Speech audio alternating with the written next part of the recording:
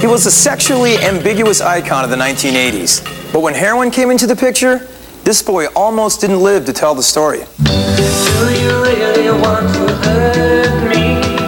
Heroin puts you in a bubble. You know, it just kind of slows everything down. You get this kind of glaze over your eyes, and you're cut off from the world and what you feel. In the early 80s, Culture Club achieved worldwide success with a string of top 10 hits and colorful videos.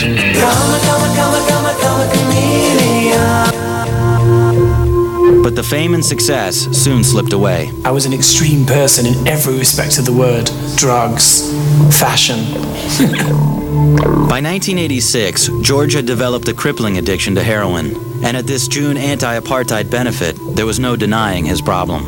It was really disturbing, to be honest. He was totally out of it, you know, it was when he was going through his drugs phase. Without even taking money off them or anything. I remember him signing an autograph for somebody, and he was just literally, he was nodding off to sleep, and then he got pen on the end of his nose.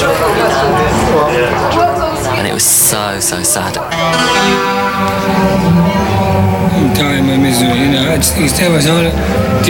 And after that, there was all the furore in the press, Junkie George has 8 weeks to live. Fearing for George's life, his brother went public. Is your brother addicted to heroin? Well, you've only got to look at him. I mean, he looks gaunt. The sparkle that used to be in his eye is gone. At the time when my brother went on TV, I was really angry and I wanted to throttle him. But then I wasn't really compos mentis at the time, you know, I wasn't really thinking straight. As his family reached out, George's life continued to spiral out of control. For me, you know, I've got a really strong family and people really kind of rallied around and were very protective. Boy George eventually beat his addiction to heroin and continues to perform around the world.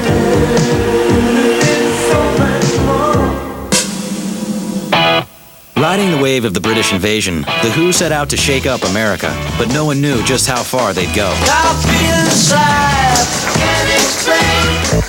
On September 15th, 1967, The Who were set to perform on the Smothers Brothers Comedy Hour. The Smothers Brothers had a fairly radical show at the time, and they bravely asked us if we'd destroy our instruments. The Who were already known for their guitar-smashing antics, but for this performance, they wanted something with a little more bang. Keith persuaded the pyrotechnician on the show to make a cannon, which he put inside his drum. So I did that. And in the rehearsal, it went bang, but it kind of made a lot of smoke and made a bit of a dull thud. And Keith said, listen, you know, you must increase the charge. So we increased the firepower for the explosion. And unknown to anybody else, Keith goes in and sneaks in. He loads a load in. So now you've got maybe 3 times the original. So they had a triple load in this cannon. And then, The Who took the stage. I gotta sing My Generation. This song really goes, and you're gonna be surprised what happens because this is excitement, and hit it.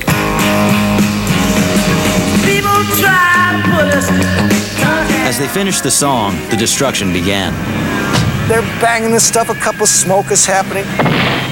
And I gave the cue to set off the explosion. I was standing right in front of it, and it blew the front of the drum off. It set my hair alight. Pete Townsend comes out of the smoke, and I know his head's ringing. I'm looking around to see where the injured are lying. But Pete Townsend wasn't done yet. He grabs the guitar from me, he takes it off my thing, he takes it, and he gives it a shot, and smashes it. And it probably was the most earth-shattering of all of the things. Keith Moon and Pete Townsend suffered minor shrapnel wounds, and the explosion was later blamed for Townsend's hearing loss.